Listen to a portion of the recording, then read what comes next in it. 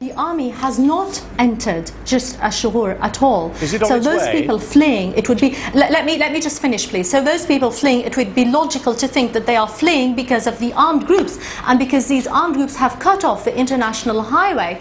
Now, the Syrian army has been asked by people to come in to restore calm and quiet. Ban Ki-moon, the UN Secretary General, says 1,000 Syrians have been killed, many of them by your security forces. Do you deny that? Do you accept that the security forces, for whatever reason, have killed hundreds of their own civilian citizens? The only instance where security forces have fired is when they have been fired at from the beginning, and this is why over 500 up to the moment, up to this morning actually, over 500 people from security and army have been killed. How have these people been killed, for goodness sake, if nobody is firing at them?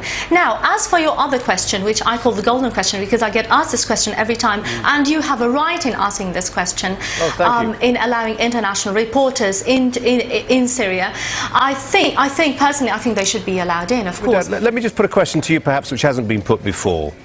Let's assume you're lying. Let's assume you're completely wrong, and let's assume that in fact those civilians, those 1,000 civilians that have been killed by members of the security force who you are now acting as an apologist for. If that's true, there may yet be an international criminal court process. Members of the regime that you are speaking for, ultimately perhaps even yourself, may be called to account for what's happening in Syria. How do you feel about that? You know, you're talking about assumptions that have no facts. We'd love to confirm them, but you won't let journalists into your country. Assumptions at least should rely on facts. Now, how can we establish the facts? You won't let journalists into the country. If it's a question of scapegoating Syria, which has happened all the way through, then, you know, that's fine. It's something that Syria is used to. But you can't just say things, you know, let us assume, and then ask me to comment we are on having assumptions. to make assumptions because we can't confirm a thing because you won't let journalists into the country.